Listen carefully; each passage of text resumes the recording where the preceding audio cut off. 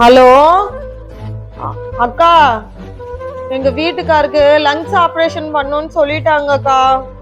குடிச்சதுனால lungs failure ஆயிடுச்சான். Operation பண்ண 5 லட்ச ரூபாய் செலவாகும்னு சொல்றாங்க.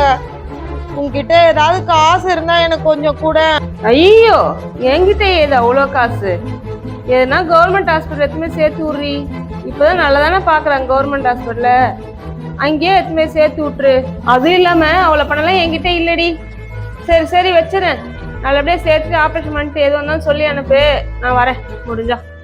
பாத்தியாமா, அடுத்து உங்க அண்ணனுக்கு போடு, அவர் என்ன சொல்றாருன்னு பாக்கலாம். ஹலோ அண்ணா, எங்க வீட்டுக்காருக்கு குடிச்சு லங்ஸ் ஃபெயிலியர் ஆயிடுச்சாண்ணா. ஆபரேஷன் பண்ணோன்னு சொல்லி சொல்றாங்கண்ணா.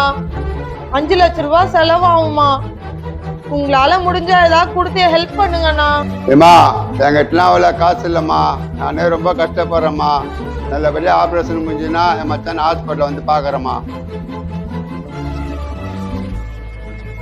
ஏமா, நீ அவ்வளோ கஷ்டப்பட்டுலாம் வாழ தரலம்மா. அண்ணன் இருக்கிறால, அண்ணன் நான் பார்த்துக்கிறேன், நீ வந்துடு. இப்ப புரியுதாமா உனக்கு? இவங்கெல்லாம் அசிங்கப்படுத்துறாங்கன்னு சொல்லிட்டு தான் நீ உட்காந்து டெய்லியும் அப்பா கிட்ட சண்டை போட்டுட்டு உட்காந்து அழுதுட்டு இருக்கியா? அவர் என்னதான் குடிச்சாலும் அடிச்சாலும் உதைச்சாலும் 3 வேளை சாப்பாடு நம்மளுக்கு கொடுத்துடுறாருல.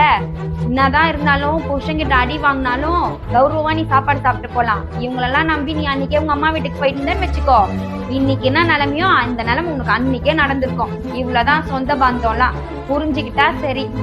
ஆமாண்டி, நீ சொல்றதும் கரெக்டு தான். நான் தான் அண்ணா அக்கான்ற பாசத்துல உங்க அப்பாவை எடுத்தறிஞ்செல்லாம் பேசியிருக்கேன். அவரை ரொம்ப கஷ்டப்பட்டு இருக்கிறேன்.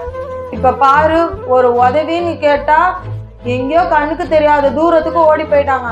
ஆனா குறை சொல்லணும்னா ஆளா வந்து நிக்கிறாங்க. இதெல்லாம் நான் புரிஞ்சுக்காம இருந்துட்டேன் இவ்வளவு காலமா.